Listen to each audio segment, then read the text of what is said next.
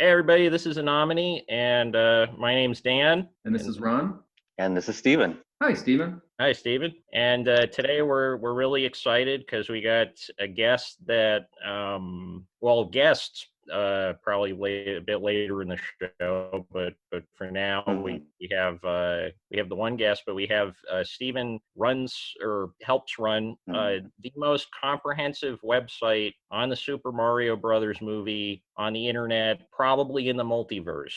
Oh yeah. An alternate version in some, if string theory, I still don't think you're going to find a more comprehensive website. So I'm really excited to have him on, and yeah, this is super cool. I'm glad to be here. It's been almost a decade now since I've been running this website. Done a lot of things, held screenings, met the cast and crew. So it's always a wonderful opportunity to just talk about the movie and what it means to me and what I feel it means to the community.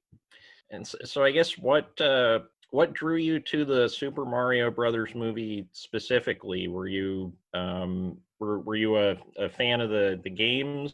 I was. I was born in 1990, Hmm. so I missed out on most of the early games. It was only that I had a cousin who was a few years older, and he had a Super Nintendo, and he played Super Mario World. So that's the game that introduced me to the series.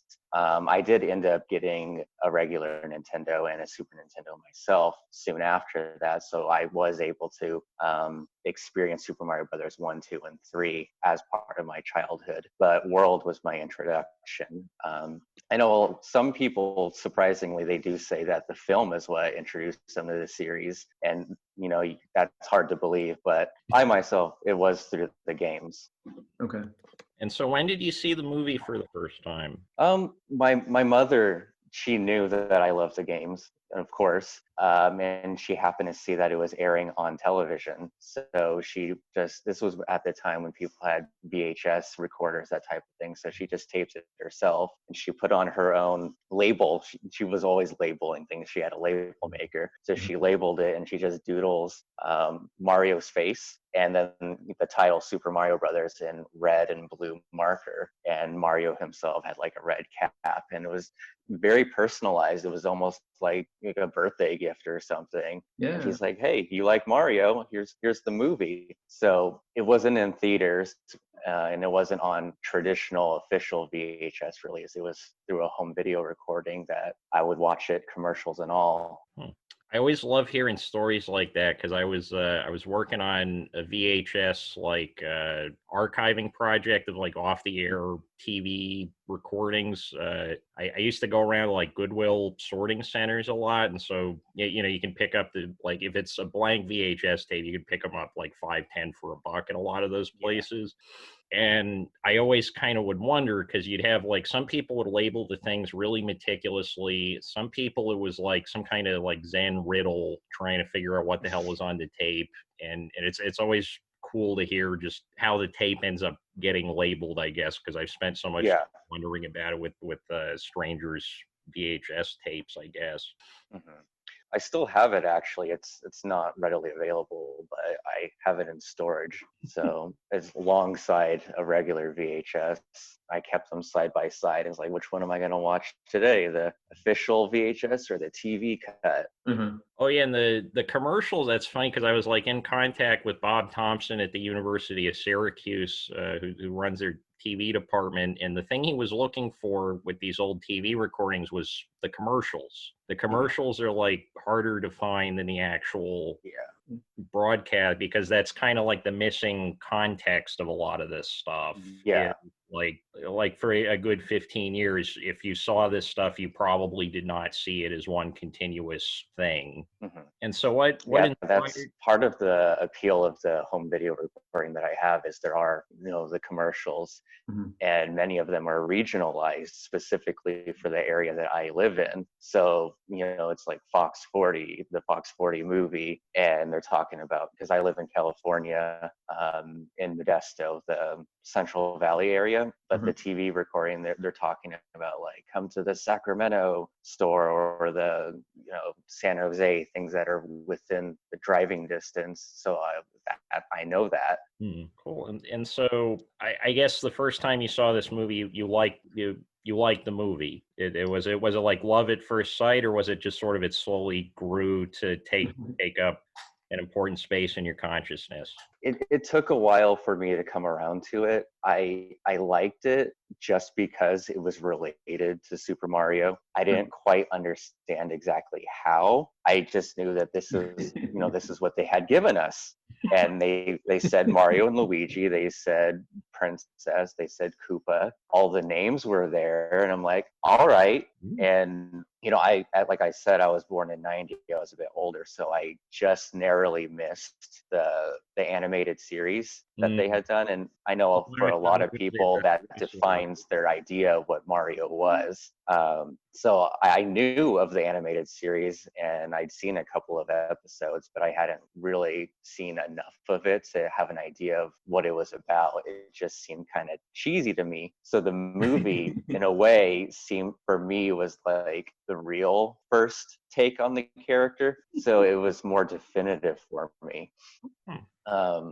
But I was also very much a purist. I don't like it when you have a film and then the sequel comes out and they recast a role, or in a cartoon series when they recast a voice actor. Like I could always tell, so it just didn't feel purist to me in a way, and I had to come around to realizing, hey, this is actually a very faithful adaptation if you know what you're looking for.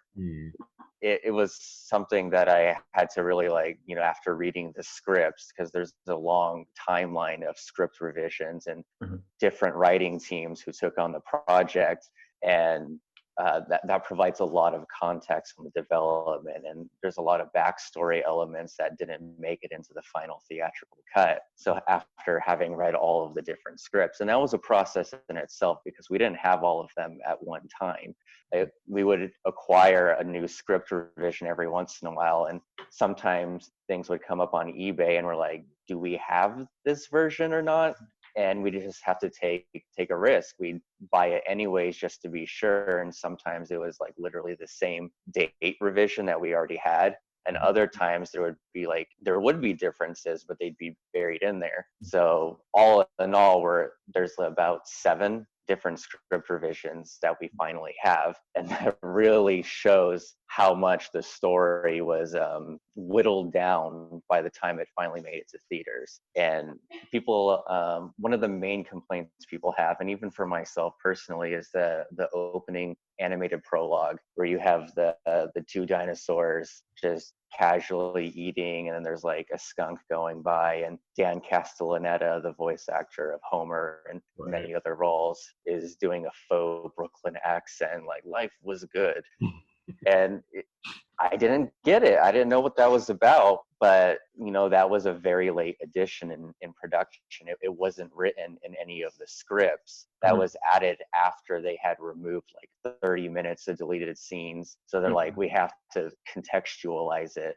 Same thing you see in many films, like David Lynch's Dune. They have like 5+ minute opening prologue, and anytime you have that at the beginning of a film, that usually signifies there was some heavy editing and things just didn't gel together the way that they would have if it all was done as the directors and writers originally intended. Right. And so what were some of the big differences between the initial drafts and the final product beyond the intro with the dinosaurs, obviously, and the introduction of Dan Castellaneta?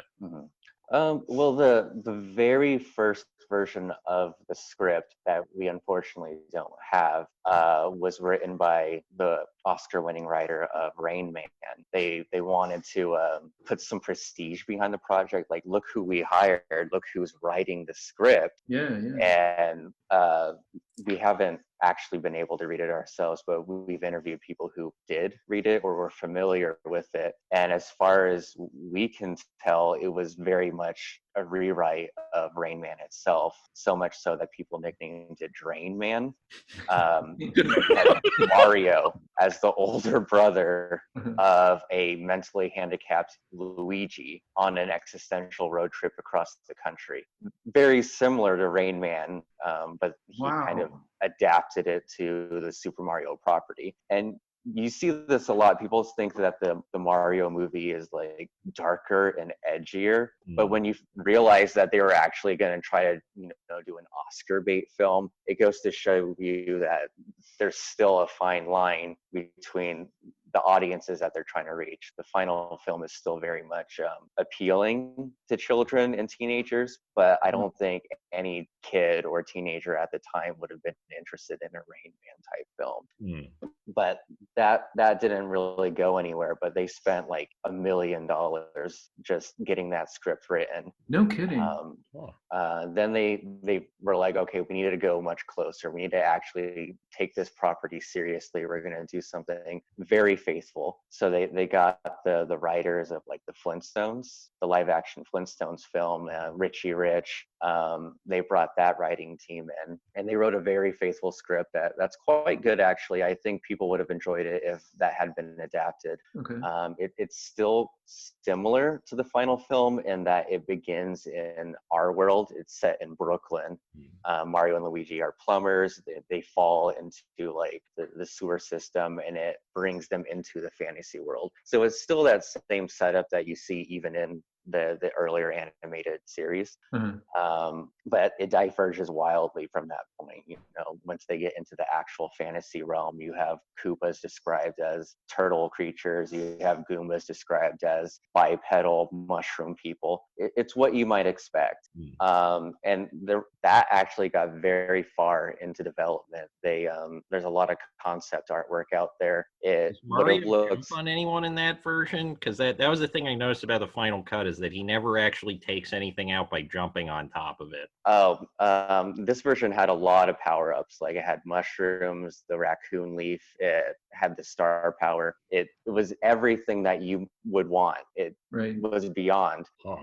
So I think that would have been successful. The issue is that the director who was attached to the project, Greg Beeman, he came out with another film called Mom and Dad Save the World, and that was a critical financial bomb. And it's funny, if you watch that film, it's about going to outer space. So there's aliens, and some of those aliens are mushroom type creatures. So it's like he was already doing something like that. But when that failed, the producers, Roland Joffe, Jake Eberts, they lost faith in him as the director. So they fired him, and they thought, we can find someone else to take on the project. We have a script. We've already begun development. We have photos of models they did, little miniatures of the trees, and there's like an homage to the Wizard of Oz, the yellow brick road, but it's a checker brick road. Very fantastical Alice in Wonderland, Wizard of Oz type setting. I think it would have been a gorgeous film. I mean, they spent a lot of money, like probably $5-10 million developing the fantasy production. So they're like, okay, we've invested so much in it, we need to find another director. And they approached everybody. This is when you hear about like Harold Ramis, Ghostbusters fame. And a lot of people are like, oh, good thing he didn't take on the project. It would have been terrible. And that's because people believe that he would have adapted the sci-fi version, but he was offered the fantasy version, and that's the version he turned down. And who knows if he or anyone else had accepted the offer, they would have moved forward, and it could have been a success. But nearly a year passed, and no one was willing to take on the project. And at this point, they got to Rocky Moore and Annabelle Jankel, who had directed Max Headroom. They were very up-and-coming directors, known for commercials and music videos. Very experimental, very cutting edge. They did a lot of early digital work, and that's what attracted them to Super Mario Brothers. They wanted to do groundbreaking special effects. The issue is that they read the fantasy script and they felt it was too basic. They thought it was a too traditional approach. Like, this is what people expect. Why would you give them what they would expect? We want to be more subversive. We're willing to take on the project, but you have to let us rewrite it. And normally the producers would be willing to turn that down. Looks like one of my associates is about to jump in. Yeah. Hello. Hello. Welcome to the show. I don't have a webcam, but I'll try to do the best I can. That's fine. You've got a great avatar. No problem. Oh, thank you so much. We don't release it as a video, so that works perfect. Yeah, that's fine. Well, for those who can't see, it's an icon of a bomb. We're just glad that was done by one of the members of our community. He's an artist. He does a lot of artwork of his own, but he also does fan art, which we really appreciate. He's funnily enough, he's actually working on adapting the fantasy script into a comic book. So for those who have read the script or don't want to read the script, he'll have a comic version available that you can read. And his artwork is quite good, and he's using the actual concept artwork that we've released to be as faithful to what it could have looked like. Obviously, we can't be fully accurate because things would have changed, but there's certain ideas like Arnold Schwarzenegger was being considered for the role of King Koopa, and there's artwork of him wearing that kind of Bowser's reptilian makeup design. So we have an idea of what Arnold Schwarzenegger might have looked like if he had taken the role in this alternate universe version of the movie. So that's something to look forward to. And how far along is it, and where should people look to find it when it drops? I'm pretty. I would definitely read that. Let me grab a Twitter link right now. He has a few pages already uploaded. Yeah, well, he's looking for that. I was talking about the production of the film, Alex. I'm at the point where the Rocky Moore and Annabelle Jankel had taken over the project, so you're coming in at a good time. We're perfect. About to get started on the real discussion, I guess. All right, let me just go to the chat here and put it there. So there you go. Thank you. Awesome. I'll grab that. There we go. Shroom Zero Art at Twitter. Oh, that's great.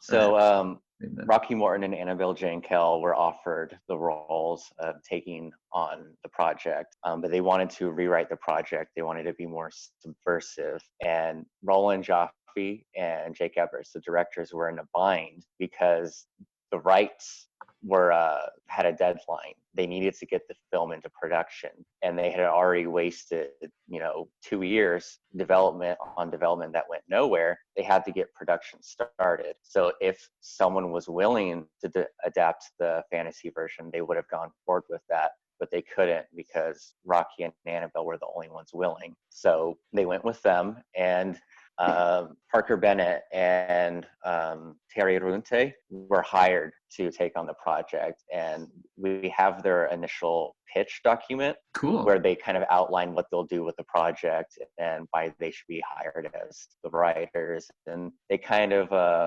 their version is still very close to the fantasy version. It's like they had read that script, they were just using it as a model for how to subvert it. So it's like if you look at Shrek as a film that deconstructs like fairy tales, that kind of thing, right. You have to look at the original version to know what you're deconstructing. So they kind of read that original fantasy script and were like, okay, we can parody this, we can deconstruct this, and we're going to do it in a sci-fi setting because fantasy is old hat, fantasy is kitsch, sci-fi is the genre of the future. That's what kids in the 90s care about. That's kind of where they were coming from, is they wanted to make fun of a fairy tale type story, those archetypes and motifs, but they wanted to do it in I don't know if you're familiar with like book genres, but like a magical realism type setting. I got an English. So something like like Supernatural or True Blood, those are just CW type shows. But as far as books, it's a big genre. Gabriel Garcia Marquez kind of stuff, right? Excuse me? Oh, like 100 Years of Solitude is like the classic magical realist fiction, or Steve Stern, Stephen Millhauser, that kind of stuff. Yeah, Yeah. So they were trying to tap into what they saw was an up and coming genre, and they felt that video games was the way to do that. And that's kind of where everyone was coming from, because even Roland Joffe, he saw what Tim Burton had done with Batman, and he's like, okay, comic books are big, and you can appeal to a wide demographic with it, but you don't have to adhere to the original material too much. They wanted to like elevate the genre. So Roland Joffe, Jake Eberts, and Rocky and Annabelle, the directors now, they were all thinking video games. They knew it was the future. Yeah. And you hear this from like Rocky and Annabelle now when they talk about why the film failed. They bring up the fact that at the time there was a lot of resentment and confusion towards video games. You had the violence in video game hearings in Congress. You had parents worried about the rating system, that kind of thing. People thought it was a fad that was going to pass, but when it didn't pass, people started to get worried, and they're like, kids are inside all the time. They're playing video games. They're not reading. They're not outside. They're not doing what I did when I was a kid. And now video games are invading the movies. So from the perspective, because the same thing happened with the comic book industry in the mid 1950s. With the seduction of the innocent, and they had all those congressional hearings where they thought that comic books were causing juvenile delinquency. And they exactly code to make sure that and it's funny because like my parents because I'm about the same age as you are. My parents by the 90s, they were giving me comic books to keep me from playing video games because they were afraid it was going to rob my brain. In the 80s, we had that right. with music, the Parents Music Resource Music Resource Council, and there were congressional hearings, right? They spoke before Congress. Oh yeah, Tipper Gore. That's the only reason why people know who Al Gore's wife is. Right. He was in charge of that. So you see that in every not just every genre, but every medium gets its own spotlight with ratings and Congress. Yeah. So in retrospect, I think that's a very valid point that they have, though it's also very fair to say that the film failed for a lot of different reasons, and that's not the main one. Right. But they took on the project, and it was essentially rewritten to adhere more to a magical realism type setting. So the earlier versions of the sci-fi script, because it's in like it's in a transitional process where they're kind of rewriting it. So there's still a lot of fantasy elements, and they just hadn't figured out how they were going to adapt that.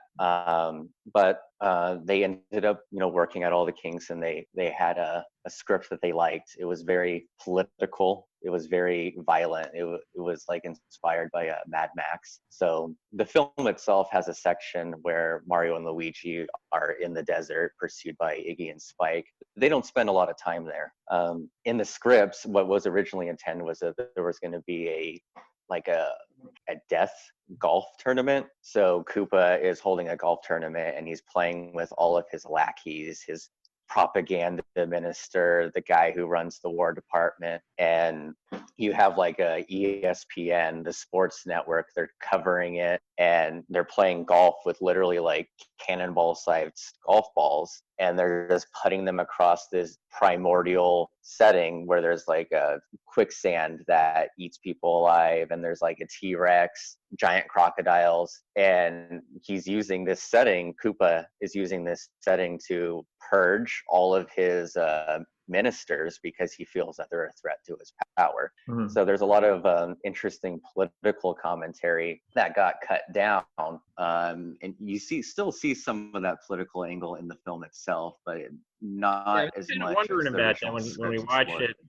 When we watched it for the podcast a couple weeks ago, I kind of noticed that Dennis Hopper's version of King Bowser Um, it feels a lot like the pop culture image of Donald Trump in the early 1990s, like the billboards, you know, the hair, like the hair. Well, I don't want. I don't know if I want to say like haircut or hair piece, but Right. the fascination with the very artificial hair. Mm-hmm. And I was kind of wondering if there was a connection between that, if that like inspired part of Hopper's performance or inspired the people who did the costuming and design of the cityscapes. I mean, although he wasn't considered a political figure at that point, so I guess that doesn't No. quite connect to the political aspect of it, except you know, in retrospect. Well, the opening of the film is set, you know, in the 70s. It has Daisy's mother, the queen. She's like smuggling her unborn daughter into our world, and she leaves the egg behind at the cathedral, and a baby in the bulrushes type archetype. So it's kind of like a metaphor for like Moses or Superman being sent off as their people are being killed. Yeah, yeah. And in that opening scene, you see that President Koopa, well, he's not president yet. You see that General Koopa is pursuing his mother. And as he's doing so, you see him kind of gaze admiringly around him at the New York City. This is what inspires him to form his own city. But at this time, according to, you know, the dating, the film takes place in like 1993. So the prologue setting 20 years earlier, 1972 and 1973, that was during the Nixon election. So you see Nixon posters in the film in that segment. So Koopa, he's looking around, he's seeing all these like, elect Nixon, Nixon's the one, vote Nixon. And that's where he gets his idea of exactly, the script specifically describes far more posters than we see in the film itself. That there is one where it says, in this poster, Koopa is flashing the peace sign and it says Koopa's the one. So they were a bit more explicit in the earlier scripts what they were commentating on. But as the present day film, what we see with Mario and Luigi and Daisy takes place in 1993. That was during like the 1992 election. So that was fresh on the mind of everyone, was Clinton, Bush, and the 1992, like the police brutality riots. So you see that in the film as well, the police beating Mario and Luigi, forcing them into the police station. And so they were trying to draw a direct line from like Nixon to what was going on in the 90s with the presidential election and police brutality and with Koopa. So it's more accurate to say Koopa was based on like Nixon and in a vague sense Bush and Clinton and whoever was running in 1992. But as the film is set in like a bizarro New York City, Trump was definitely on their mind. And the script makes that clear because you see in the film, you know, that you have Koopa's tower it's the World Trade Centers, the Twin Towers. But in the script, it makes it clear that the bizarro world isn't exactly one-to-one with ours. It's just a vague, mirrored version. So it's both the Twin Towers and the scripts mention Trump Plaza. It's both of them in one. Okay. And so Koopa himself, it was kind of making a statement on if someone like Trump was president, they would be just like Nixon or they would be just like Clinton, but it's Democratic that are elected. So what are you going to do about it? And they're coming at this from a very British perspective. They have they have a parliament. They have a different sense of democracy and what it means to have a vote and to have leadership. So they wanted to poke fun at American democracy and use fairy tale tropes and archetypes to do it. Yeah, I was looking, I think it's at one of the deleted scenes. I was looking at it the other day. Is that where they talk about which King Koopa they am I saying it right? Which one they voted for or running? Yeah, there's a scene where you talk about what's with all the everywhere you look. There's Koopa the environmentalist. There's Koopa the tyrant. Koopa the sensitive. And they're like, can't you vote for anybody else? And they're like, yeah, you can, but they never get more than 2%. So it's kind of a joke. It's very fitting in a way. I mean, it seems applicable to the 2020 cycle or the 2016 cycle, but it's essentially a statement on every single American presidential cycle. Is you got two choices and you have to vote for one of them because the third choice isn't going to make a difference. And that creates a system where both candidates, in some ways, there's a lot of crossover, and you can kind of feel like you're not really making a difference, that there's no difference between these two candidates, and that creates voter apathy. And I think that's very much addressed in the scripts as well, is that people are so resigned to the fact that it's going to be Koopa no matter what, that they don't bother voting at all, and that's what keeps Koopa in power. Right. Are the scripts that the copies that you have, are those copies, or they're actually that were used during the production process and have script notes on them, or anything? Not all of them, but some of them, yes. And in one case, we have notes from the directors where they're like, listing all the things they like or don't like or want to change. And they even say, can you go back to the script written by the last team and do this? Because we really liked the way they did that. Can you do that? So that was a big part of the problem, is that the directors were indecisive and very imaginative. They always had an idea a minute. But when you're doing a film like this, you have to make a choice. You can't change all the time because sets need to get built.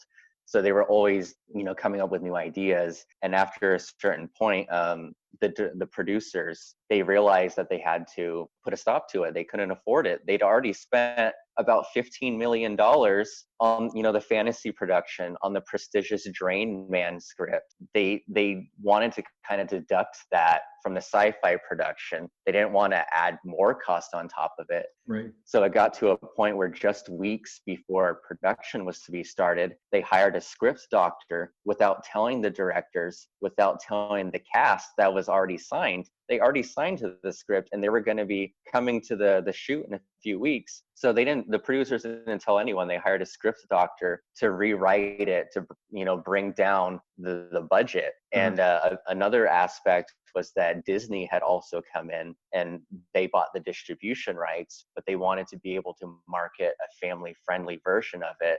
So the script doctor was also told to cut out a lot of the more political aspects of the narrative, as well as the more sexually suggestive stuff, because there is a lot of it wasn't always going to be a graphics. film.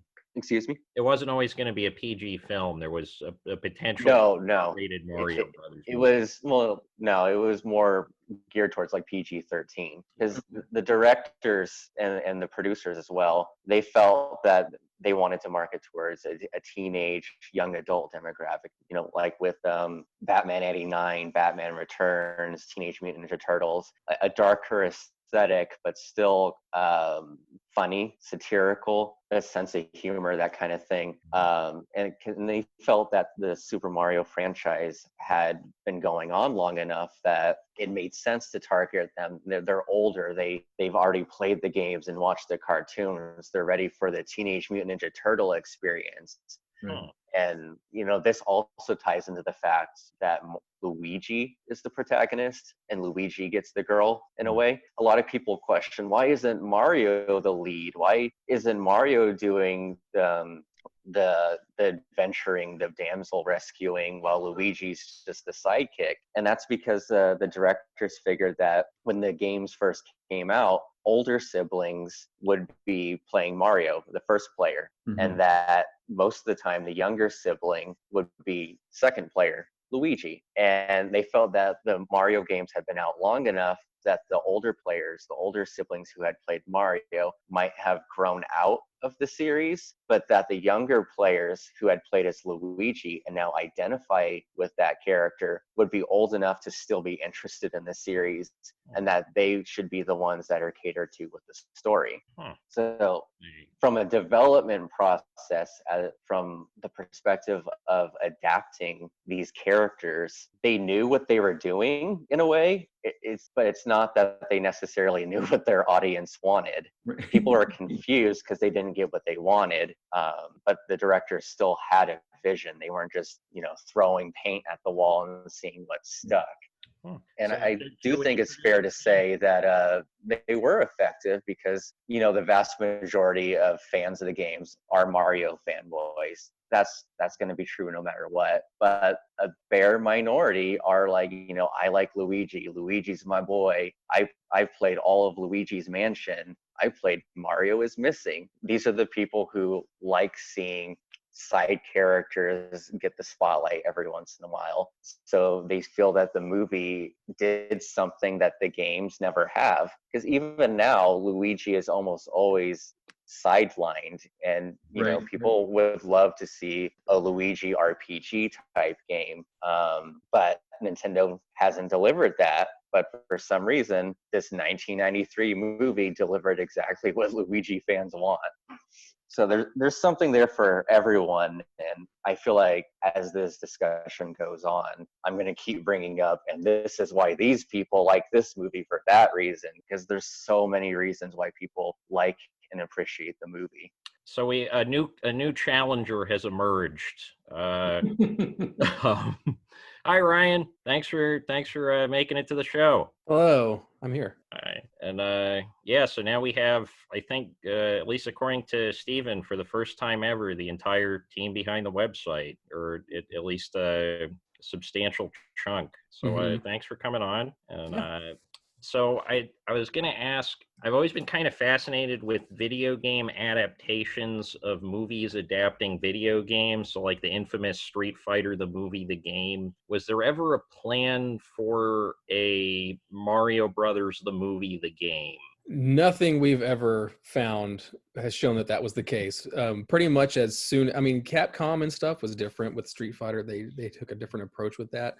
But in terms of the Mario movie, it was more like Nintendo sold the movie rights, and once they did that, it was kind of out of their hands. They viewed the movie as such a folly, this is a weird. Let's see what happens with this thing, and they weren't really thinking about it in terms of we can market more of it. They thought that was the film people's job, and we'll just keep doing the games because that's what we do good. Mm-hmm. Yeah. The most that ever came out of it was the Super Mario Kun manga had the movie characters appear several times in that series. So that's the most it really ever transferred outside of the movie world itself. Mm-hmm. And I will add that they had a huge opening premiere at Disney World. Yeah. So it's not confirmed, but it's possible that if the film had been a success, they would have tried to adapt the film to Disney World, introduced a ride of some kind. And I can easily see the film being a ride. There's a lot of almost seems it's a live action real ride aspects to it. Yeah, nice tunnel ride. That would have been awesome. Yeah. In Right, fact, like a roller coaster that hops or something like that. Like I guess the jump part, that the run part of the run and jump would be easier to translate to a ride, I think, without lawsuits. But yeah, that's I think that's the most comprehensive history of a single movie anyone's ever given me. That I am impressed. So Ryan and Alex, how did you find yourself pulled into the community of or in the space you've or I guess how did you end up drawn to the Super Mario Brothers movie? Well, for me, I was kind of introduced to the movie first. I remember it more vividly. I was introduced to the games first, but really remembering stuff, I remember the movie first. Went over to a friend's house. The movie was on before I left, and my dad told me like, "Oh, that's the Super Mario Brothers movie," and I was like, "What?" Like, and I knew tangentially that it was a video game, and so went to my friend's house. We went to Blockbuster. We rented the Super Mario Brothers movie, and the rest is kind of history because I watched the movie. Then I was like, okay, well, now let's play the games. And then I was like, oh, everything, what? Why? But as a kid, I'm a lifelong DC Comics and Batman fan. And so when I was a kid, I had been exposed to this whole idea that like Batman can be a bunch of different things.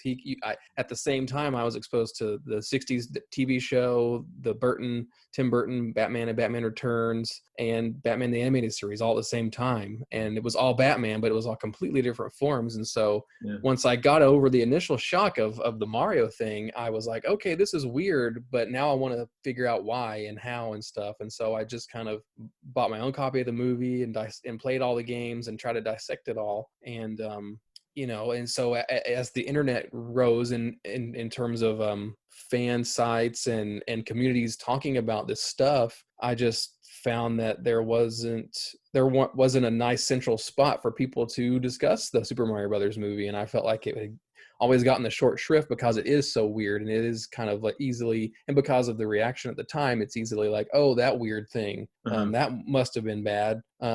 But I was kind of part of that generation that kind of grew up with the movie, although I didn't see it right when it came out. I grew up with it, and so I was old enough to kind of be like, okay, well, let's reopen this and let's talk about it some more. And so that's the main reason why I started the website to start with, and that's how it grew into what it is. Cool. Yeah, mine is really interesting because it's not something that would happen today. So I was 4 years old and at the clinic, and they had the Golden Book adaptation of the movie there, which I had my dad read to me.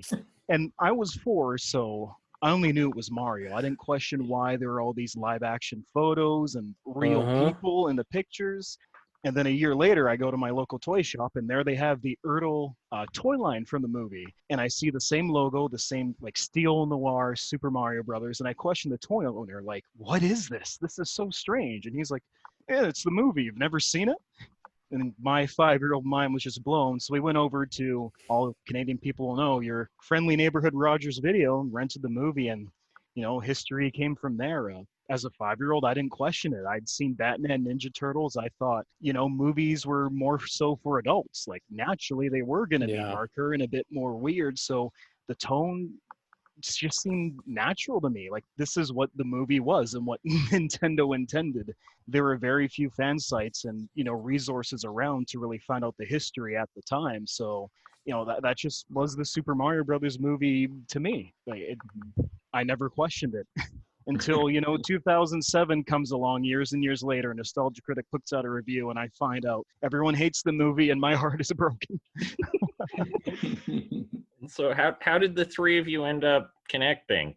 Well, I created the website because incidentally in 2007. I don't know if that perfect storm or that particular Nostalgia Critic video was like I don't know, it was in the zeitgeist enough. I don't think I was inspired by that to like disprove it or something, but it does kind of speak to the whole, like, people were talking about it more in the popular video game culture space. But because I missed the movie as when it came out in the theater, I had that whole span of time.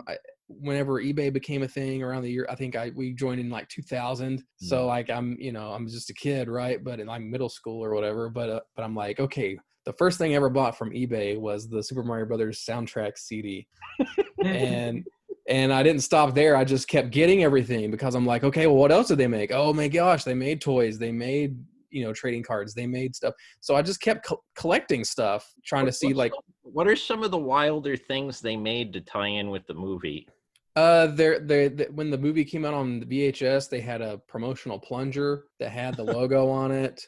There are wrench-shaped pencils. I don't know if you've ever been to Disney, but they have like you probably see like the Mickey Mouse shaped pencil. There's like a wrench pencil. I think the toy line, I guess in general, is probably one of the best remembered things because it was so weird and did fit the movie so well, not only with the likenesses of the characters, but the accessories and play sets were so good. Like they had the Devo chamber that literally you can put one of the people in and it de-evolves them into a Goomba, and like the fungus comes down out of it. They kind of combine the Devo chamber and the fungus, from the movie into one thing. And they had a crash action police car that looked really accurate to the movie, and it was built to slam it into stuff just like in the movie, and it would break apart, and it had like fungus suction cups. You could hang it onto the side of a wall, and it would like hang down just like the movie.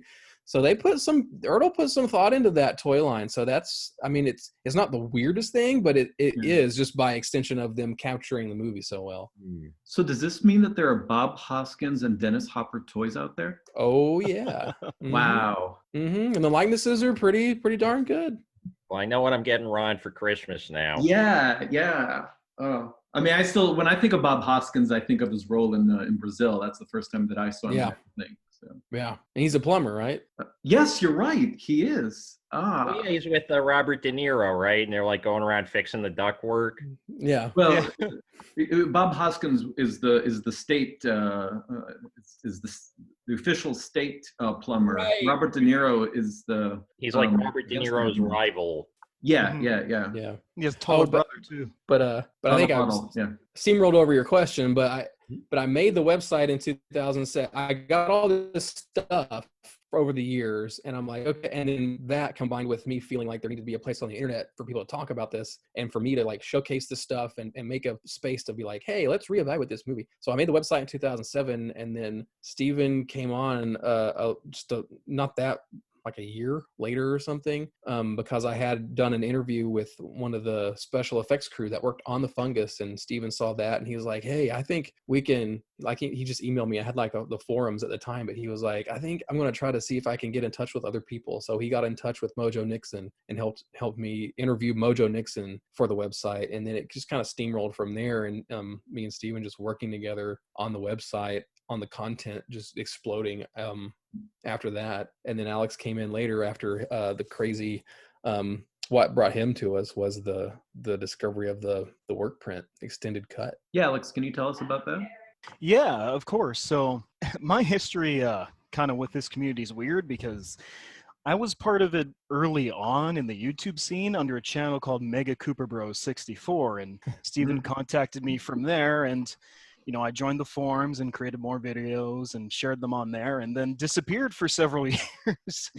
But, I was always interested in the merchandise, so I'm always searching eBay to see what pops up. And then one day, as I'm looking for the promotional video retailer demo tape, this rough cut VHS shows up, and I'm looking at the photos, and they have like on-screen pictures of the deleted scenes that we've been searching for years. And I just sat there and thought, is this photoshopped? Is this legitimate? And I took the plunge because even if it wasn't, I'm not taking any chances, right? So waited a couple weeks, got it in, and it was the real deal. And, that we've just gone from there. So when you say there was a promotional retailer's videotape, what? Yeah, it's many movies had it. It's the retailers would get it a couple weeks or a few months early, and they would play it on the TVs behind the counter to promote whatever was going to be coming on VHS the next, little while. Oh, for like video rental stores. Yeah, exactly. Yeah, so that's what I was looking for, and then I found this instead, and I don't think I was disappointed, but I'll get back to you on that. Did you ever find out how the person on eBay came to have it? Were they involved with the production or? No, we don't think so. I've tried to contact them, but they've never gotten back to me. From what we can kind of gather from their other items, it seems like I think they're storage bidders, because Leitmotiv, the production company behind Super Mario Brothers, went defunct a few years ago, I think 5 or 6, and everything was just kind of auctioned out. So they must have got it from there. Wow. Yeah, it was heartbreaking because I had called personally the Leitmotiv production facility like before several times over the years, and I was leaving messages, leaving emails like, hey, you got anything? What's going on? And when I was finally able to get in touch with Roland Jaffe, he's like, oh, yeah, we liquidated the storage units. Everything was sold. And I'm like, I was contacting you guys before that even happened. Oh. So it just felt like when we got that, because I was given a list, actually, it was of the contents of the locker, and the list included things like 35 millimeter reels, VHS tapes, VFX test reels, things like that, things that you might hope were what we were looking for, and it just felt like it was utterly lost.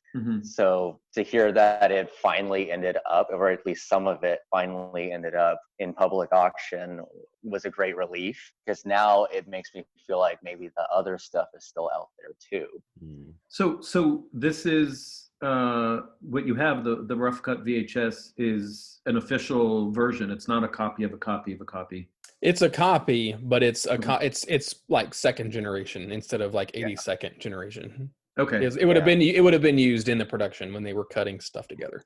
Okay. It had a lot of problems, but not impossible to fix. We've done a lot of restoring to it, and it's a great improvement. It's not perfect, but it's good enough for an official release, like as bonus features. Yeah, it's reaching like DVD quality.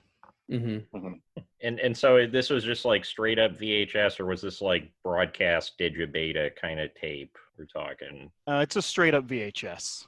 Yeah. Interesting. And so you bid on this, and then you got in contact with Ryan and Steven, and I guess what are the what plans are there for the rough cut in the future? Yeah. Well, we've gotten in contact with the directors, and I feel like enough time has passed that they're coming around to the idea of embracing the film. Oh yeah, I think they already kind of do. Yeah. But it seems like they might be willing to work on a director's cut. I mean, you can't exactly call it a director's cut, so it might end up being called something else, like an assembly cut. But a big part of what they don't like about the film is that they didn't get like final decision on the score, and that's something you can change. You can put a new score on it if you want. So it's possible we're gonna get a director approved cut. Otherwise, we'll still make that footage available, and we have a lot of contacts. We don't want to like jinx it or promise anything, but we have talked with some distributors, and if the circumstances were right, if we can work out the financials and everything, because Disney is a very large figure, and we believe they might still have the rights to the film, but it's possible they sold it within the last few years. So we're trying to figure out where the rights are so that we can go through a third-party distributor and get like a limited edition collector's release out. So the owner of the rights isn't the company that put out the Blu-ray release in 2015? That was a region 2 only. It was for the UK, so it's not playable on US players. A few years. Got an Oppo. Yeah, a few years after that, though, Japan came out with their own release, and if you're willing to pay the exorbitant importation fees, it is playable on US players, but it's not worth the price point unless you're a collector. I mean, it's on Netflix in what, Germany or something right now? Yeah, it's on Netflix in Germany and Japan. It's so funny that the rights would be worked out abroad but not domestically. Right. And it is interesting how the foreign rights have kind of panned out, because for a long time the Swedish release was like the best quality version we had, and we're like, why? They had their own like custom cover artwork and everything, and as far as we can figure, it's because of Roxette's connection. They felt like maybe it sold well in that countries. Did it but do another abroad than it did here? We don't have exact figures for that kind of thing. We did recently find figures for, I believe it was the UK box. It was the office. UK. Yeah. But it seems to, because it came out on Blu-ray in Mexico already. And so there's a lot of like Spanish dubs. There's a lot of Spanish releases on like VHS and that type of thing. But the most interesting foreign release is like the Italian version, which has completely new titles with custom artwork. But it also like cuts out a lot of the ending scene, so it doesn't have the sequel hook or anything. Yeah, they don't leave Dino Hatton at the end. No, they just ended on the end celebration scene right after Koopa's been defeated. You have all of Dino Hatton celebrating, and it just cuts the credits, and it's wonderful the custom credits they made, but it still cuts off a lot of the movie that we have seen. Right. So talking to foreign audiences, we found that they're like, oh, there's more. So we've commissioned like an Italian writer to actually write about how those differences. I was always kind of curious how Italians felt about the Mario franchise. Uh-huh. I mean, Yeah. My family loved it. I can give you that. Yeah, and that's another aspect of the film that people kind of, I don't know if they necessarily praise it, but they recognize that the Italian aspect is very prominent as far as Mario and Luigi, and the iconography you can see in their homes and in their van reflects their Italian heritage and to some degree Catholic heritage. Daisy herself was left at a Catholic abbey, and she was raised by nuns. So I think they're kind of drawing from that Italian influence, because the games are very confusing.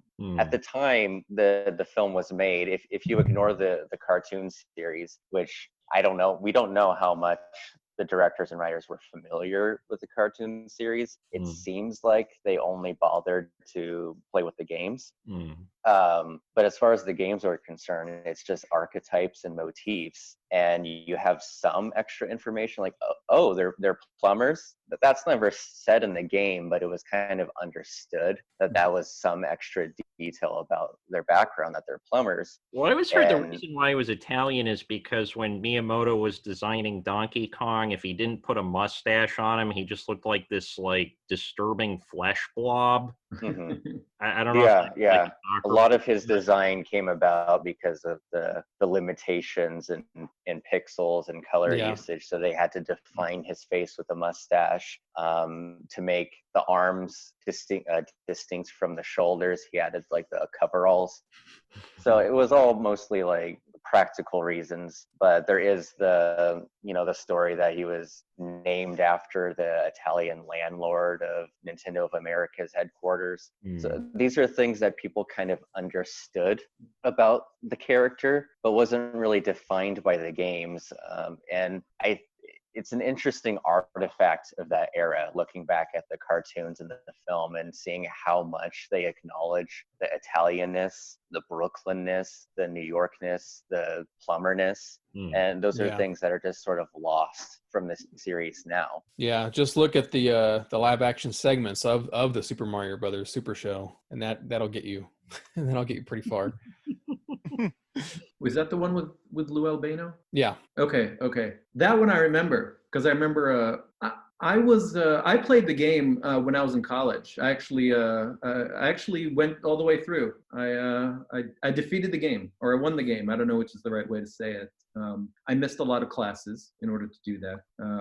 But I don't remember the movie coming out. But I don't remember many things. But I remember the Captain Lou Albano show. So what keeps you going? It sounds like, there's a lot of stuff that you're doing. It sounds like a lot of work. What's driving you? What keeps you going and putting in the effort and the hard work? I'll go first because these guys I probably have a lot to say too. But I say that on any show like this we go on, it's always like, how we always get asked, how do you guys keep making stuff about one movie that came out in 1993? What the heck? Aren't you done with that?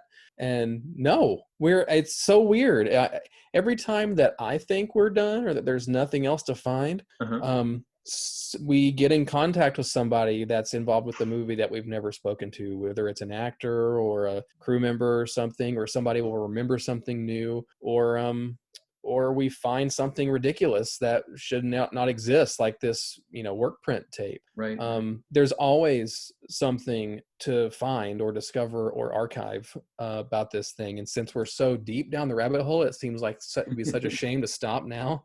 Yeah. So, and we're just huge fans of it. And so like when we're not doing this stuff, like we find ways to foster the community, and the community, I think, that's a huge part of it, I think, for us too, because a lot of online fandom can be ugly and like toxic and stuff like that. But I gotta say that the Super Mario Brothers movie online fandom is just really, really good, and people get delighted when Steven will reply to something on Twitter with just the hashtag trust the fungus, because like we'll find if you're talking about the Mario movie online, we'll find you and we'll let you know that we exist. That's how, yeah. I got a kick out of that. Yeah. So people, so people will be like, "Oh my gosh, like I love that movie," or "I didn't know that there was a website about it." And people, we get emails all the time from people that just say stuff like, "Oh my gosh, like I found your website and I fell down the rabbit hole. I never, I saw it as a kid, and the websites made me appreciate it so much more." So it just seems like the movie is such an interesting historical artifact worth discussing, and it's fun to be able to be that for the movie and for the people that love the movie or hate the movie or want to figure out what the heck the movie was about. And it's cool to be that thing. So that keeps us going, the fans and the fact that there is always something else to find or do related to the film. Right. Every time you find something, you know that there's 5 more things out there. Yeah. I thought, probably like 6 or 7 years ago, I was like, okay, we won't find anything after this. But then we kept finding stuff, or stuff kept finding us. And so I know not to, discount that anymore. What about? Yeah, I mean, I'm definitely impressed. Like if somebody had told me a year ago I was going to have an hour and a half long conversation about the Super Mario Brothers movie, I would have said they were crazy. But this has been like incredibly fun and informative. Several hour-and-a-half conversations. Yeah, between us. Well, so what keeps you going, Alex? Yeah, so for me, even outside of Super Mario Brothers, I'm a big media preservationist. I've been involved with many other efforts and finding materials kind of all around the world involved with media, video games, entertainment, cartoons, whatever. But Super Mario Brothers is special because there's just the movie. We're not going to get any more content. We're not going to explore that world more. So to keep it alive and to keep it flourishing, we have to go out there and find more content to kind of encourage the fandom and inspire all this artwork and this extended cut and whatever, because things didn't go the way the directors wanted, but in the end there's still something there of value in the creative vision and how it positively inspires people, even if it is partly nostalgia or partly what is there. So that's what keeps me driving forward and being part of this community and contributing personally. And how about you, Steven? I'd have to add that, it really is about the sense of community and how much people seem to enjoy the film and how it hasn't been forgotten. Like we hear all the time about people who have introduced it to their own children, people who grew up with it and want to share it. And, as far as media is concerned, media intended for children and that forms how you develop into an adult, that's the most important media out there. And for some reason, this movie really speaks to people. Mm-hmm. And it's so hard to see that with like children's films these days because it's very ephemeral. You always have the next popular thing. And it's nice to see people go back to things like, Labyrinth or Coraline and Beetlejuice, films that just speak to every generation. Yeah. And Super Mario Brothers really does that. For the 25th anniversary, I held a live screening event where we had performers dressed up as Goombas. We had someone dressed up as President Koopa. I even convinced my partner to dress up as Princess Daisy. And we decorated the entire theater. It was a very lovely theater, the State Theater in Modesto, where I live. They usually show like art films, but they agreed to let me host this event there because I'm a local, and they said that I seemed so passionate about it and so professional. And I'm like, I wonder how they got that impression. So, we decorated the entire place with like orange Halloween cobweb to emulate fungus everywhere. And we had like hidden Yoshi eggs underneath the seats. And we had bob-ombs that you would throw at the moment where Koopa is killed at the end of the film. When the bob-omb blows him up, we timed it so that's when everyone would throw their bob-omb. There was a costume contest, and there were actually a lot of people dressed up as Mario characters, a lot of girls dressed up as princesses. And the prizes we had were real amethyst pendants that we gave out to a couple of girls dressed as princesses, and they cherished it. And that's a great feeling, seeing if you have a daughter and they're very much into the Little Mermaid or Snow White or something like that. For a lot of little girls, Princess Daisy spoke to them. She has a role that's very diverse for that type of character. She starts out as a university student at a paleontological dig. Luigi's a plumber, so he's kind of like, she's out of his league in a way. You usually see the male in that position of intellectual power, but in this case, she's not an idiot. She knows what she's doing, and she loves dinosaurs. And that's another thing is, girls can like things that aren't necessarily pink and frilly, but she still ends up in a gorgeous amethyst purple dress. So even that's an aspect of the series that people overlook is, there's people out there who love Mario and Luigi, the heroes, who save the day, but there are also people who like the princess and think that they're a great character. And the film gave an opportunity to that character that we haven't often seen in the games. She had a more proactive role. She had more things to concern her and motivate her than just Luigi. The film ends with her staying behind in that world and Luigi going home. She doesn't go back home with him, and it cuts to 3 weeks later. They're sitting on the couch watching TV doing nothing. Luigi's sitting on the couch doing nothing. Daisy's back in the other world, forming a new government, trying to bring water to the people. I think I took more after Luigi.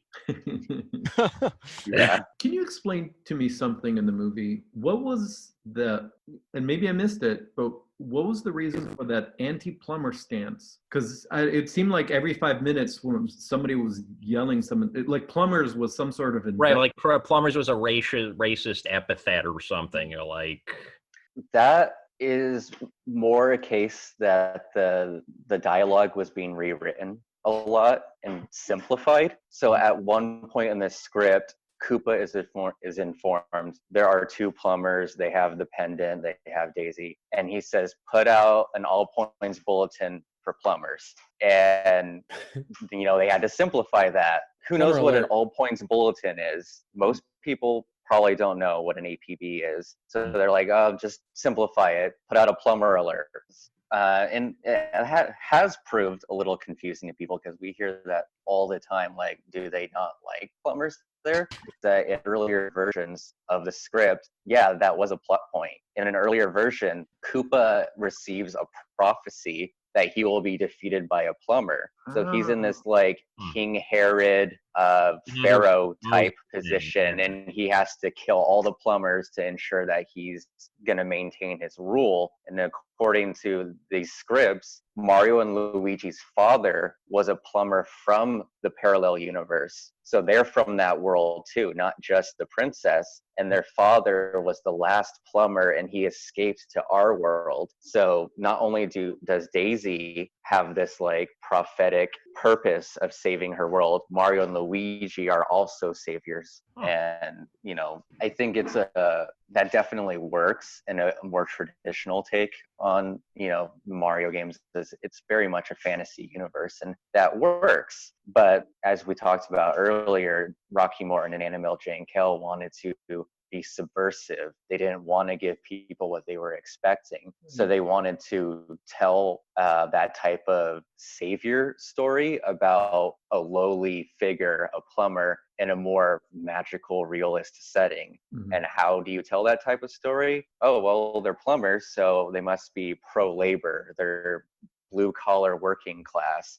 So it just kind of morphed into this political economic commentary on why would plumbers be interested in saving a princess.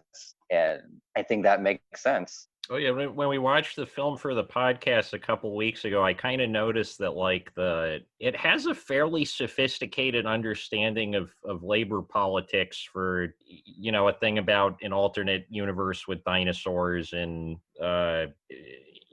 rabid anti-plumber sentiment and all. It's just not the place where you're expecting it to come up. But casting Mario as, I guess, sort of a working class hero makes a lot of sense. Like if you have to put him into a narrative. Mm-hmm. Yeah, you go into it and think, okay, it's a live action cartoony movie based on a video game, and then you actually watching it, and it's like, whoa, this is fairly subversive. So yeah, in a lot of ways, it was ahead of its time. Mm-hmm. I mean, Jurassic Park came out 3 weeks later and completely buried it. It just took a while to find an audience. And most films, there's always going to be an audience for them, but this one, something about it, it's in a way it's ironic because there's still sort of callbacks, homages to the fantasy elements that they're parodying. Mm-hmm. So especially the Wizard of Oz, like in the film you have the Swamp Stompers, or like the Ruby Red Slippers, and even Bertha says, just click your heels together. Mm-hmm. There's all kinds of things like that. When Mario and Luigi first enter the parallel universe, they say, I don't think we're in Manhattan no more, something like that. So the Wizard of Oz found a life like that as well. It was popular at the time, but it wasn't until repeat viewings on TV, it became like public domain, and it was being aired all the time, that people rediscovered it, and it found this huge audience. Excuse me? Kind of like It's a Wonderful Life. Yes, exactly. And for the Wizard of Oz, like you see all these different people converging around it for different reasons. I mean, there's a huge, queer LGBTQ following, and in the same way, Super Mario Brothers seems to appeal to a lot of people in ways like the Wizard of Oz. We've discovered that a lot of gay and trans people seem to like the movie, and that probably owes to the fact that the female characters have a lot more to do. They're not just damsels waiting around, and their personalities are very distinct. People look to Lena, played by Fiona Shaw, like she's just a secretary, a vamp, and yet she elevates the role. So there's just something there for everyone. And there's so much there. Like we haven't even really gotten into like the narrative and the story and what the characters are doing there. So what, how did you, sorry, let me try that again. Stephen, earlier you mentioned about all the people that you've actually gotten in contact with that were involved in the movie. So for any of you, how are you able to get in contact with all these folks? We just ask nicely. Sometimes people say no, but really, I think you'll probably agree with Steven. It's like, we just ask nice. And a lot of times people are just like, whoa, you care about this? Yeah, we'll talk to you. And the good thing is early on, once we got Mojo Nixon, it was like you use that as like the next thing to the next person you've talked to. Oh, our website, here is the website, and here's a thing you can go look at. We've interviewed this person, that person.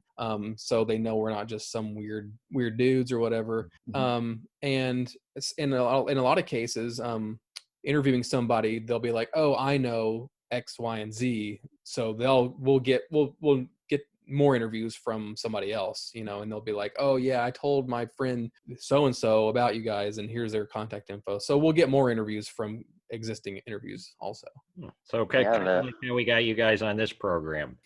Yeah. I mean, the cast and crew has been an enormous part of the community. We've held several screenings over the years, and we always get great attendance. So far, not the, Luigi, John Leguizamo, Daisy, Samantha Mathis, or the directors. But like I said earlier, they seem like they're coming around, and we're hoping that we can schedule a big 30th anniversary event. But in the past, we've been able to get major figures like David L. Snyder, the production designer. He worked on Blade Runner, Demolition Man. He's very well known for crafting a great set, and he and the other people who worked on Super Mario Brothers felt it was a great opportunity, that it gave them the chance to do things that they'd never been able to do before. David L. Snyder has said that the sets for Super Mario Brothers, which were built in a literal cement factory, so it was like the size of a shopping mall, he was able to build the sets into the cement factory for like 4 levels, which is much bigger than any soundstage in Hollywood. So even compared to Blade Runner, which is a much older movie, but brilliantly used like matte paintings and models and everything to evoke a sense of scope. Super Mario Brothers did that physically, and that's like a really great achievement. So like when you see the cars down there, like there's cars driving down there. When you see the stores, they had actual stores in there where they were like cooking food for the cast and crew. It was because they had to be there for like 10, 12 hours a day. So they literally built in like concessions and stuff so that people were almost like living there during the day, like it was, Times Square.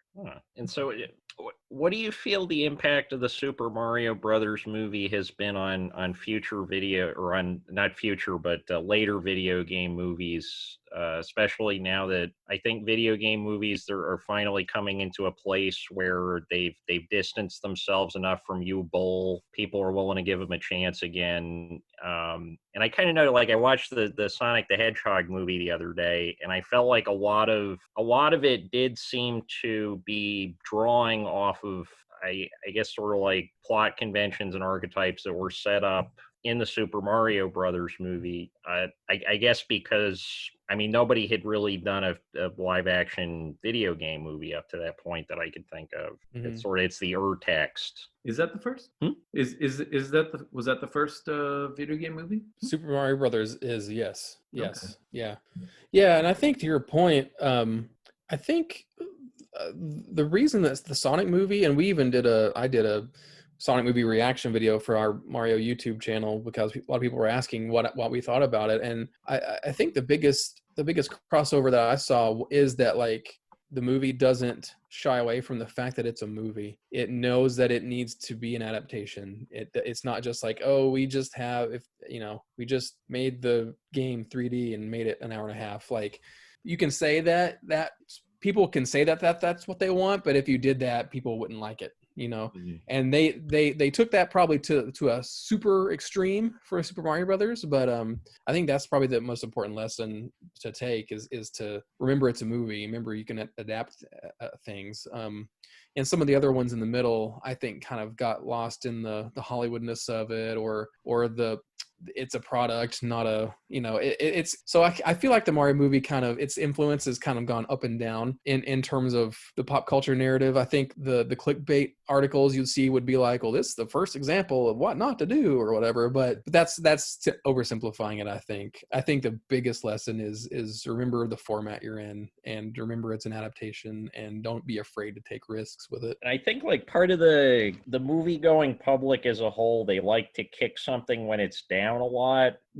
Like Ron just watched Ishtar again, and I've seen Ishtar before, and it has like the reputation as being possibly the worst movie ever made, but I thought it was hilarious. I thought there was a lot of good stuff in there, but you just sort of had this snowballing just bad reputation over a lot of years, and that was probably exacerbated by the fact that films were much harder to get after they were out of theaters in the period between, say, when Super Mario Brothers or Ishtar came out, and say now when you can, a little bit of elbow grease, you can find most things if you're looking for them. And Ishtar killed Elaine May's career. Yeah, was the director, and she's really funny film. I mean, she's only made a few films, and she's great. Yeah, as far as Super Mario Brothers, there was before it even came out, there was an expose in the LA Times that just derided the entire situation. A reporter went to the set and interviewed everybody, and it was just treated as a farce. A similar situation as Waterworld, like expose came out before, like, oh, they don't know what they're doing, it's a mess out there, and it just killed expectations. Like, no one cared about it. No one wanted to give it a chance. And, that's almost every film. No film is perfect. The production has chaos. We hear all the time about, Alfred Hitchcock, Quentin Tarantino, whoever, like, they don't necessarily treat the cast and crew as people. They treat them as props. But the difference is when a film is successful, either critically or financially, there's more incentive to just overlook all that. And when something's a bomb, it's a self-fulfilling narrative. Like there's no incentive to, overlook the negative aspects. You're more inclined to remember the bad times. And as far as Super Mario Brothers, like when we talked to the cast and crew, there were a lot of good times. It's not that they didn't like the movie or didn't have faith in the movie itself. It's just that they didn't enjoy the experience shooting it. And if the film had been successful, like, if Jurassic Park came out a few weeks later, it was just enough to give it the right attention. Who knows? People would be more inclined to to accept those flaws. And that's what we've seen with John Leguizamo and the other people who were in those lead roles. They've had long enough to see that the film was a success for many people, and they've come around to it.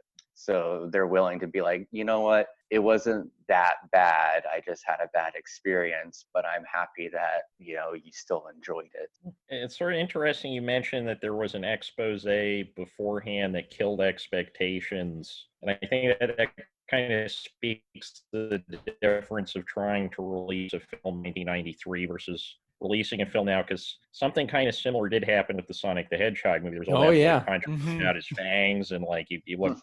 I mean, and I'll be honest, like that initial trailer, I was scared. But yeah, I think that's one of the few success stories, though, because like it was so. I mean, people even speculated that it was like that they did it on purpose, like they made it so bad on purpose, which I don't buy. But like they made it so bad on purpose that to get attention, so people can be like, oh, look, we listened to you, we made it right. Now I'll go see it, But yeah, I think that's a really. I mean, you don't see that too often. Most of the time, a movie comes out and people take it or don't. But that I'm surprised that they were able to turn that around the way they did and get it out, and people like right, because like the people making Cats, they were not. Oh no, yeah, they're just stuck with. Yeah, you're going to be having people screaming the butthole cut in their sleep for the rest. Yeah, or your Justice League. I think to Sonic's credit, I think that the way they were able to do it because they released the trailer when they did. The movie still got delayed, but it's one character. It's not like a whole movie full of CG characters. They had to just redo the one guy. Although that's a huge amount of work, it was doable. Oh, I was just going to say, I think it worked. I think the overhaul of the Sonic, at least looking at the before and after,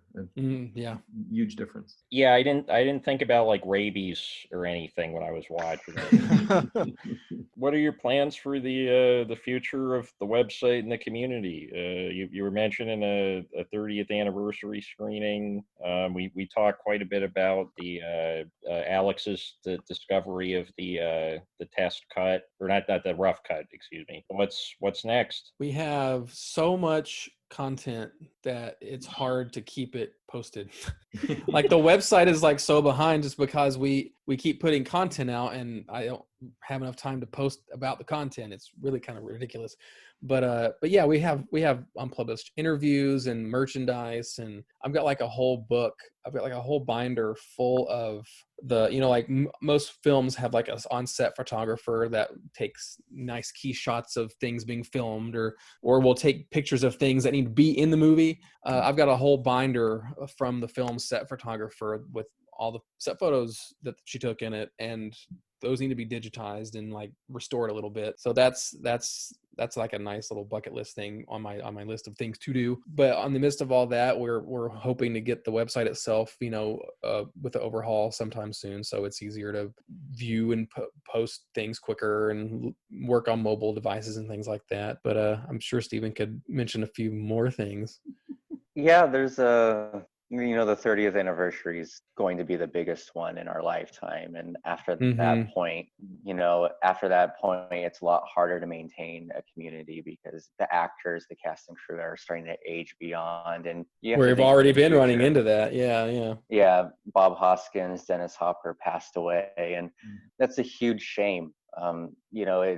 We still wish we could have told Bob Hoskins, we liked it. But we are in touch with his son, Jack Hoskins. He's a huge fan of the film. He's always talking about, that's why he took the role, is he had done Who Framed Roger Rabbit. And when he went home, he said, "Did you like the movie?" And Jack's like, "Yeah, but why can't I see all your friends? I want to play with all your friends." And obviously he couldn't because they were animated. So he took Super Mario Brothers because he figured there'd be real creatures and characters for his son to love and interact with, and that's what introduced him to the Super Mario series. And ever since, he's been a fan of it, and it's still a part of his father that he keeps with him now that he's passed. So it's nice having that as part of our community. It's really sweet. But essentially, for the 30th anniversary, we're trying to plan ahead, and we're gonna have John Leguizamo, Samantha Mathis, the directors there, and more of a repeat of the live showing we did for the 25th with live performers, but higher scale, where there's more time to plan it. So there's going to be a lot of goodies, a lot of commemorative posters, that type of thing. But in the meantime, what we're working on is there's a Super Mario the movie reanimated project. I don't know if you've heard of like Shrek Reanimated, where people will reanimate a single episode of a cartoon. There's a project like that going on. Get together like a lot of animators, and they each do like a minute of it. We're reanimating the Super Mario Brothers film, and it's got some great progress, a lot of contributors with different styles, and it's the perfect film for this type of project. So we can't wait to premiere that. I would love and Ryan mentioned how he has a lot of like photographs and artwork and things to scan. A big dream of ours is an art book. We're still in touch with David L. Snyder, the production designer, Walter Martitius, the art director. They're interested in contributing to that, writing like a foreword and to an art book, and that's the type of film that really lends itself to it. Like, I mean, I'm the type of film lover who loves to watch the bonus features, who likes to get art books, that kind of thing. And Super Mario Brothers has so much concept art, even going back to the fantasy version, that it's more than enough for a book. So that's something that we're exploring. And another project is a musical adaptation. That's already written. It's essentially a rewrite of the film, but we're using the original scripts to kind of stitch together the definitive version. Fantasy version or the Drain Man version? No, the movie itself. Oh, so finish like the actual production script. Yeah, but we're using, because there's still a lot of earlier revisions of the sci-fi version that's kind of better in a way. There's more appealing elements that kind of gel together, because the film itself, it was very much cobbled together. A lot of the climax is spent with the actors in different locations, but as far as the scripts were concerned, they were originally planned to have all these actors in the same location. It was more simplified, and that obviously works much better for a set. So we're kind of streamlining scenes, that type of thing. But that's already written. We're just still working on the music and the lyrics. Okay. And that would be a project that we'd like to stage in Wilmington, North Carolina. That's where they filmed the movie, and it's a huge North Carolina is a film state. That's where people go to film a lot of TV shows and movies. So they have a lot of theaters there as well, and that's something we want to kind of like that's the heart of the movie where it was filmed. It'd be a great place to premiere the musical there. So there's always more to do to keep the film's community alive as far as new interpretations. I mean, we can always dream of like, a Boom Comics or Dark Horse comic book sequel, but as far as the rights are concerned, that's something that seems like a pipe dream. We can always hope for it, but as far as keeping the community itself alive, we can only reinterpret the film itself, because that's what we have. And we're hoping that an art book, the musical, and for the 30th anniversary, there's also like a zine type project. We have a lot of artists. There's so much fan art for the movie that in itself would also be a great art book, but it would work better as a shorter anniversary zine. Just regarding the musical, I'm sorry, you said musical and I got excited. Who are you getting to do the lyrics and the music, and who actually wrote the adaptation? If you don't want to name specific names, that's fine. No, it's fine. I don't think it's an issue.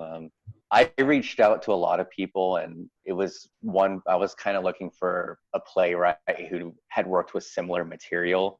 But the person I contacted, they weren't available, but they recommended Amber Carlins. That you could probably find them on Twitter.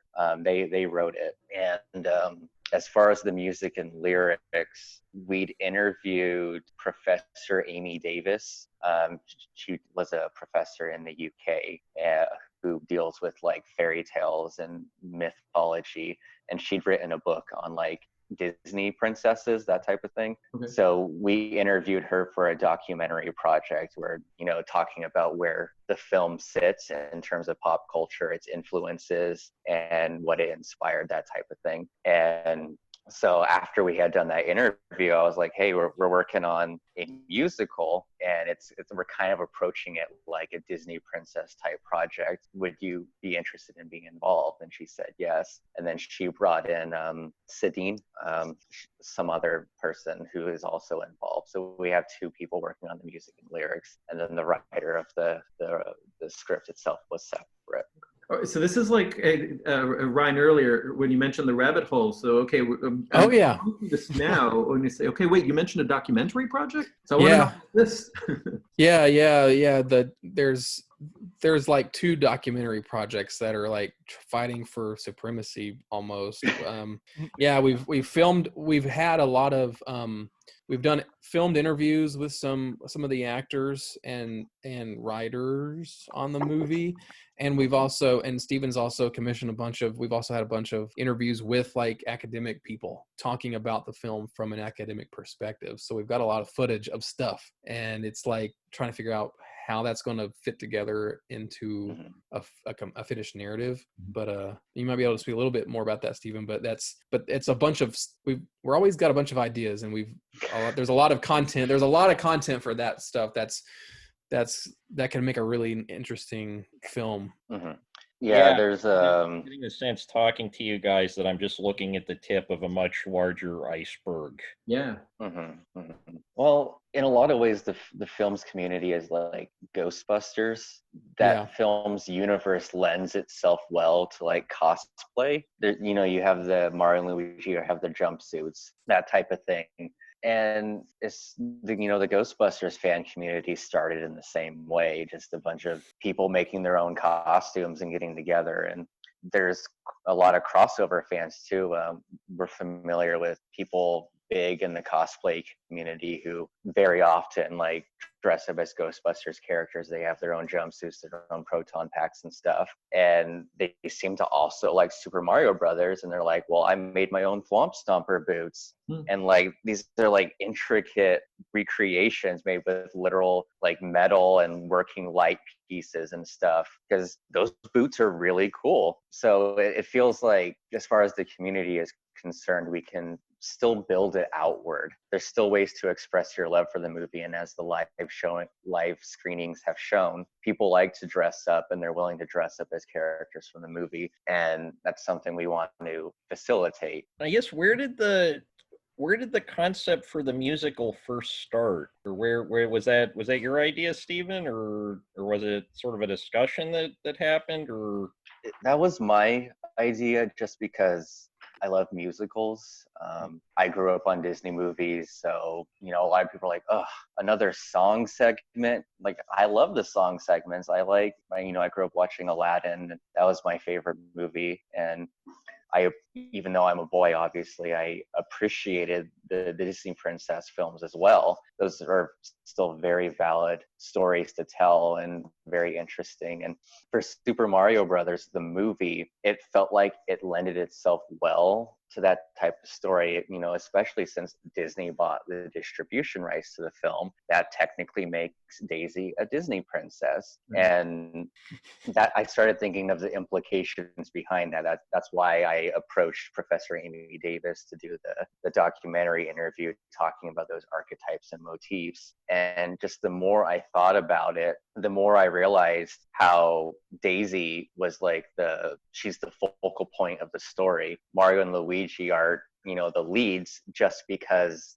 that's the case in the video games. But Daisy has greater significance to the narrative. She's the driving force behind it. You could say she's the MacGuffin, but they split that element off into the pendant, and they tried to construct a reason why she would need the pendant. And as far as like adapting the games into the film, you know, all those archetypes and motif. You have the princess, she's a damsel. You have the Mario and Luigi, they're like the knights, and then King Koopa is the dragon. As far as the directors and writers were concerned, like, how does this translate into a magical realist setting? And they had to kind of flesh out those archetypes and motifs, because the games, you know, a lot of people mention that there's not really a story. You know, it's lacking the plot and narrative. You don't have the motivations behind these characters. Why Mario and Luigi need to rescue the princess, why the princess is even being abducted.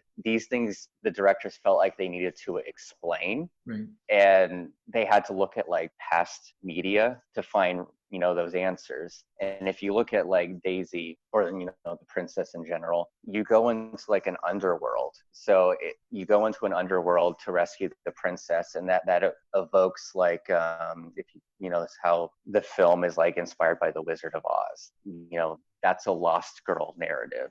Dorothy is swept up by supernatural means and delivered into another world, in the same way as, you know, Alice goes down the rabbit hole into Wonderland, or how Wendy goes to Neverland. These are other worlds that you kind of like find your identity. It's about dealing with adolescence and becoming an adult and leaving childhood behind.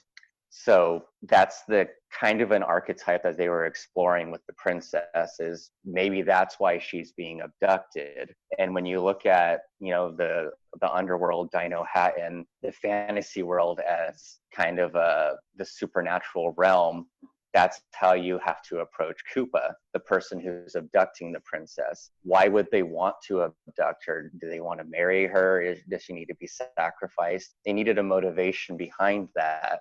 And when you explore this lost girl archetype, it really goes back to like the Greek myth of Persephone being abducted by Hades. She's like a fertility goddess, while the underworld ruled by Hades is a barren, desolate wasteland. Nothing grows there. So Hades is this older male figure who abducts this young virgin, and he brings her into the underworld because he needs her to, you know, bring life back to it. And that's alluded to in the film itself, where Dino Hatton is dying. There's no water. There's no vegetation. The entire planet is desert. As you know, in the scripts, they elaborate that when the film ends, that Daisy actually uses the power of the meteorite to kind of let water flow freely, and then like the planet becomes lush again. They couldn't do that because of the effects budget, so that's completely left out. But in the film itself, you still hear how Koopa wants to invade our world for resources. He needs our water, our plant life, and everything so that they can survive. So he needs Daisy to do that. That makes, you know, Daisy's the Persephone figure, the fertility goddess. Koopa's Hades. He's the, you know, the underworld figure. And looking at that, you still have to approach Mario and Luigi. Mario and Luigi are the knight figures who need to rescue the damsel. There's a variation of the Persephone Hades myth, so where the wrench is like a broadsword, almost like the wrench is sort of their yes, yeah, and the way they like cross them on the marketing, Mario and Luigi kind of like wield them as their like crest in a way. But there's a version of the Persephone and Hades myth where Orpheus is like a poet. He's like a singer, and he loved Eurydice, this maiden who was so beautiful. Like, oh, I love her, and she ended up dying. And Orpheus has to travel into the underworld to reclaim her from Hades. But like the story of Lot escaping Sodom and Gomorrah, his wife looks back, she's turned into a pillar of salt. Same thing happens with Eurydice. She looks back and she's reclaimed by the underworld. And that's a perfect reflection of what happens with Luigi and Daisy. He tries to rescue her from the underworld, but in the end, she stays behind. He has to go home without her. So in terms of adapting the games where there's no real story to work with, you just have these archetypes and motifs. They looked at, the history of them. They went back into folklore, into mythology, and used that to extrapolate motivations for these characters, and then they just put it in a magical realist setting.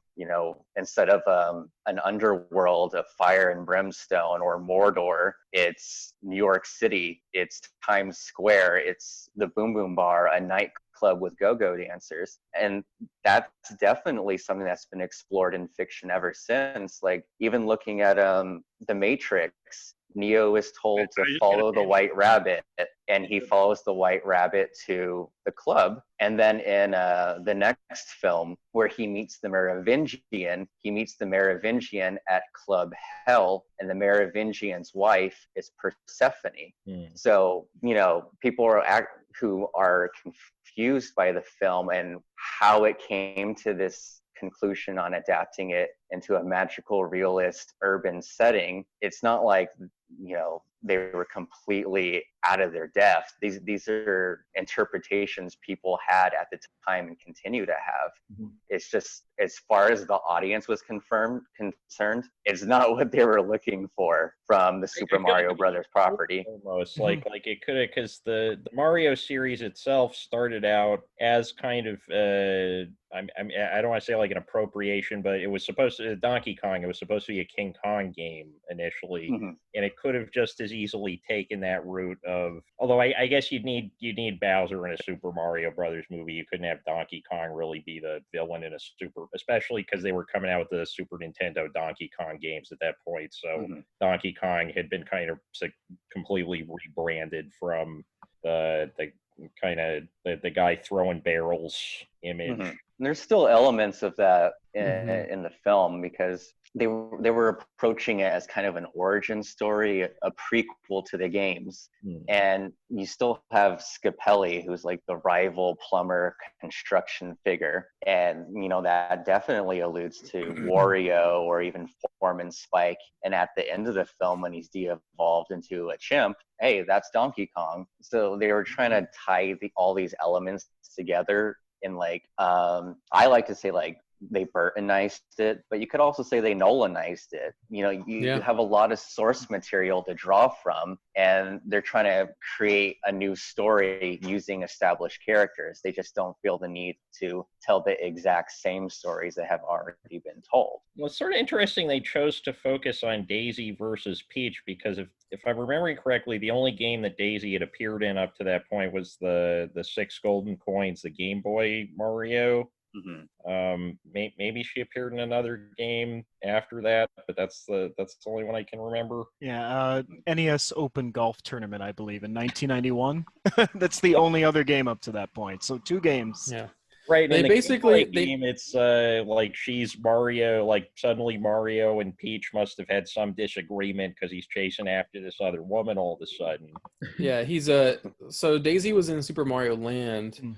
And it was just Daisy because a completely different group of people at Nintendo made that game, and they didn't want to step on the toes of the people that made the NES Mario Brothers. And so for the story of the game, it's just the fact that he's in a different kingdom. He's in Sarasa Land, and that has a different princess. So that's why there was even another princess. And then she was called Peach in Japan, Toadstool in the United States, and she wasn't officially renamed Peach until Super Mario 64 in 1996. So in America, she was just known as Princess Toadstool. The main reason why they named her Daisy was because the writers didn't want to name her Toadstool, because they thought, oh, that would be weird if there was what do we call this person in the real world that's going to start out in the real world. Doesn't suggest glamour. Yeah. In fact, in the original fantasy version, which still opened up similarly to the released sci-fi version, they originally called the princess Hildy. Her name was Hildy. So there you go. Yeah, it's the same thing with Koopa and Bowser. They didn't name him Bowser because that's a common pet name. They didn't find it threatening. But Koopa, Well, no, they told us directly they didn't want to name. They didn't want to name him We couldn't name him the '50s Sha Na Na guy. We weren't calling him King Koopa. All right. Well, is there I think anything more that y'all want to share with us that we haven't covered? I mean, we covered a lot of ground here, and I've got to say, I know that I had committed. I have to have you guys back on whenever this musical's done. I Yeah. Take my money. Yeah, we were hoping to premiere it this year. Actually, it's an election year, and a lot of people had made the Trump Koopa comparison. And it seemed very appropriate. Like, let's stage it in the same way they staged Caesar. When Obama was president, the person who portrayed Caesar was a black man. Now that Trump's president, the person who portrayed Caesar looks kind of like Trump. So it's like you just reflect the times, and considering the political angle of Super Mario Brothers, it's like, hey, make him look like who's president, and he looks, we wouldn't even have to change the look. They look like each other already. But coronavirus and everything, it just it ended up not being the year. So hopefully by the 30th it ends up happening. Do you think the White House is working on an actual Devo chamber? I'm teasing you. I think it already exists. So I guess on a related question, Alex, how is the weather in Canada right now? Oh, blazing hot. Well, we're at like what, 28 Celsius, which compared to most of my friends who are in California, that's cold. But for me, I'm melting. I'm melting like I'm out in Kupahari Desert. Where in Canada are you? I'm in British Columbia. Yeah, the most expensive place on earth. Like, I'm lucky to have a garage. Oh wow! The last time I went out, man, I was so stoned. The last time I was in Vancouver, BC, I don't remember a whole ton of it, but I do remember enjoying it. Yeah, I mean, we don't have any Koopas or Trumps to go around here, so I mean, ain't that half bad? Well, I see fairly often Doug and Rob Ford compared to Trump, but I think they're just mayors of a city. Right. Yeah, not quite the same, but who knows? We got to keep an eye on our system, so we hopefully don't get there in the future. Send them back to the dinosaur dimension. And funnily enough, the mayor of DC is Mayor Bowser. Right. Yeah. And so is the president of Nintendo. So there you go. Yeah. Of America. Wait, the president of Nintendo's named Bowser? Doug Bowser, yeah. Yeah. Bowser, wow. That's he took on the position within the last couple of years after Reggie Fils-Aimé retired. Right, and he went over to GameStop, I think, right? Yep. Yeah, he's on their board. All right, well, it was great talking about the movie. Really appreciate the opportunity. Like I said before, it's been a while since we've been on a podcast and really talked about it. So a lot has changed since we last spoke about it to people. Well, yeah, thanks for taking the time out. All you guys, thanks for taking the time out to come on the podcast. And that was just a great discussion. Yeah, I know. I committed, when I first reached out, and I committed to watching the movie again afterwards. Now I just want to see it right now, because I think I'll definitely. That's great. That's my plan tonight. Well, cool. Be well, guys, and take care. This has been a nominee, Questionable Movies, with Dan, Ron, and special guests Stephen, Ryan, and Alex of the where can people find you guys and your Super Mario stuff? So you can follow the Super Mario Brothers the Movie Archive on Twitter at SMB Movie, and the website itself is just smbmovie.com. Stephen mostly 99% runs the Twitter, and I have my own Twitter at SMB_Ryan. Yeah, we also have a Facebook page as well, the Super Mario Brothers the Movie Archive. And Alex, you were saying? Yeah. You can find me on my own personal Twitter under @Schmeckos. That's SHM Echoes. A little funny, I don't know, name there, but yeah, I post about the movie often. Usually junky memes, but sometimes I have something valuable to say. I don't know. Even a junkie meme is valuable. Oh, absolutely. I mean, there's a lot of humor to be found in the movie. Am I right? Well, there's a lot of value that can't be evaluated until 27 years later, as I've found out over the last. Yeah. Mm-hmm. Be well, take care, and thanks for coming on. Cool. Appreciate it. Okay. All right. Remember, trust the fungus. Yes. Trust It's Among Us.